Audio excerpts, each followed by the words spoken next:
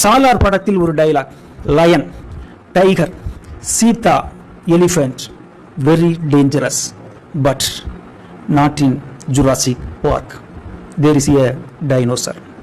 என்னதான் காட்டுக்கு ராஜா சிங்கமா இருந்தாலும் ஜுராசிக் பார்க்கில் அதற்கு வேல்யூ குறைவு.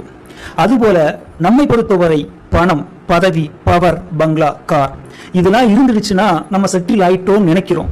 ஆனா கிரேக்க நாட்டினுடைய மிக பழமையான ஒரு பிலாசபி ஸ்டாய்சிசம்.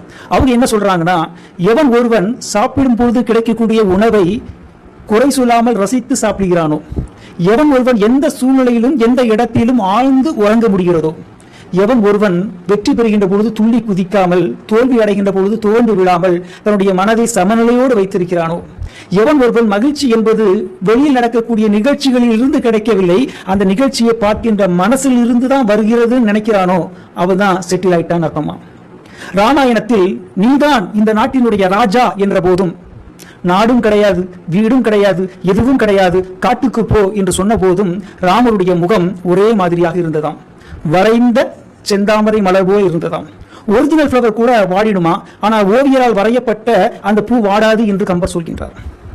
என்னதான் நல்லவனாக இருந்தாலும் கூட நமக்கு பிரச்சனைகள் வரும், அசிங்கங்கள் நிகழும், பதவிகள் பறிபோகும். அதற்காக நம்ம பயப்படாமல், இச்சை கொண்ட பொருள் எல்லாம் இழந்து விட்ட போதிலும், பிச்சை வாங்கி உண்ணும் நிலை வந்து விட்ட போதிலும்,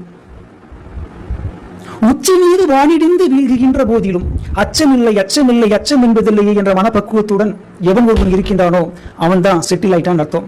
அப்படி பார்த்தா என்னை பொறுத்தவரை 100% இல்ல 1% கூட செட்டில் ஆகல.